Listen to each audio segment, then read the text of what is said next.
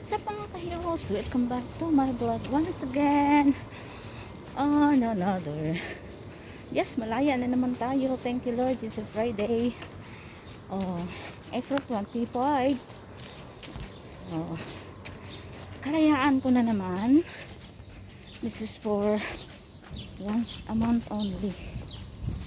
So, alam nyo, napapaisip ako kung mag-bus o mag-transpo.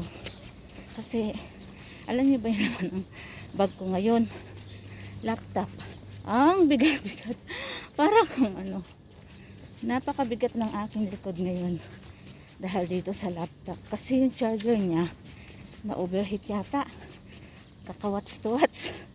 So, at na-stack yata ito ng 2 months. So, ewan ko kung gagana pa ito.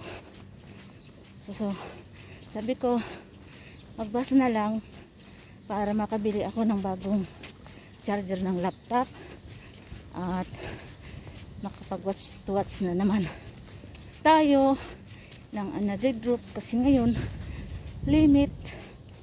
So pasensya sa mga group na iba na hindi ko na nag-join, pero hindi pa ako kayo nag-left kasi malay mo pag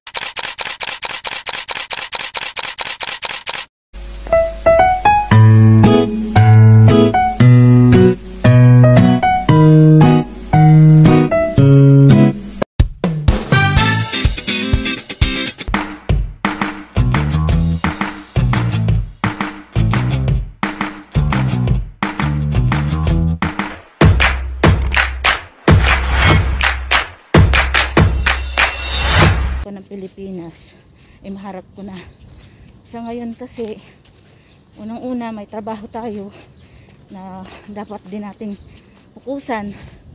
So kaya pasensya sa mga hindi ko na join kasi over na rin ako, tsaka yung trabaho apakahigtik na, so hindi ko na kaya talaga.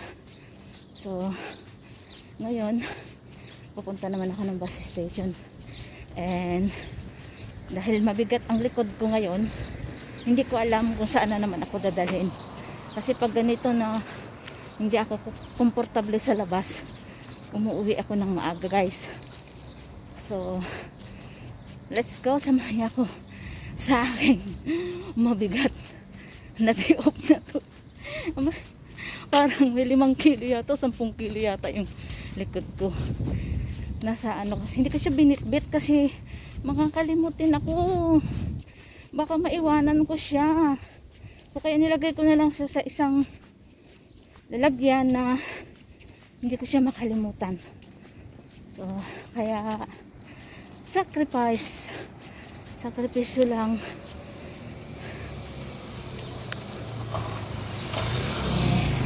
Ang ganda na dito ng daan ngayon sa dinadaanan ko. Medyo mainit na guys. Hindi na ako nagdala rin ng payong at talagang heavy na ang likod ko. Sabi ko nag-jacket na, tsalay ko na lang ako para hindi mainitan yung aking braso. So sabagay 10 minutes lang naman to, kunting sinag ng araw at buong buwan na lang hindi na ako nasisinagan ng araw. So ayan, ito ang aking regular dinadaanan pag ako ay mag-video off. So akala nila siguro guys ako ay tatakas kasi ang bag ko puno. Ako pa tatakas for 20 years na dito, my God. hindi ko na iisipin tumakas, lalo na ngayon diretso na agad sa police station. Hindi katulad noon na medyo mabait pa ang labor attaché at naiintindihan niya ang mga kalagayan ng mga OFW natin. Sa ngayon sinabi sa akin nung sekretary yata dun sa embassy, pag tumakas diretso pulis. Kasi sa amin nun, pag tumakas, inaalagaan pa kami, inaayos yung kaso namin. Katulad ko, isa ako sa naayos yung kaso ko kasi isa rin akong broken contract, pero may reason naman bakit ako na broken contract. Kasi nga may trato nila yung kasama ko, at tapos ako double work, naging sis lady, cashier, cooking, yun. Tapos ang sahod parang amor, ay naku, ewan ko, pero nakaraos din ako sa sitwasyon na yun. So sa ngayon, waiting for matapos na lang yung kontrata ko and bawi na rin ako, guys. Ang bigat ng aking so hindi pa dumaan, guys. So ako, Diyos ko, pag wala muna, inaapura ko baka may dumaan na bus eh. Tapos after 30 minutes ulit, matagal yung time interval niya. Hindi katulad sa atin sunod-sunod. Dito madalang pa sa pag lumampas na yan, mag-waiting ka na naman. Diyos ko, mainit na sa, masakit na sa balat yung guys, yung init. Yan, hingal-hingal na naman tayo nito.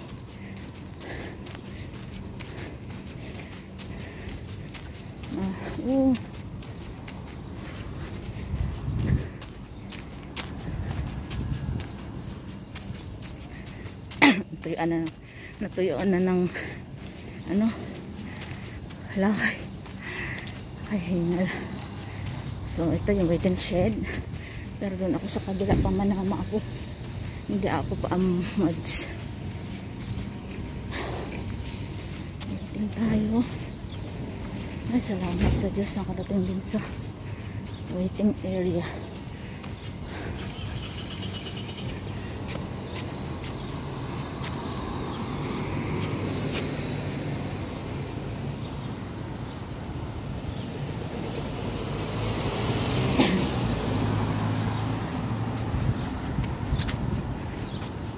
Ay, nandito na pala sa baba.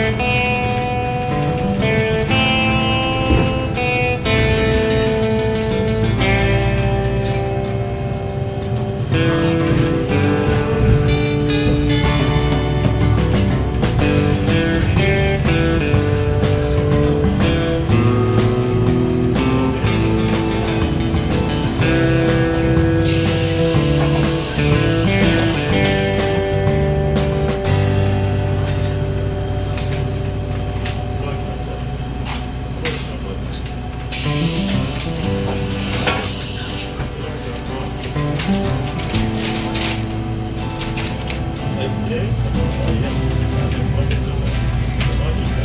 yes.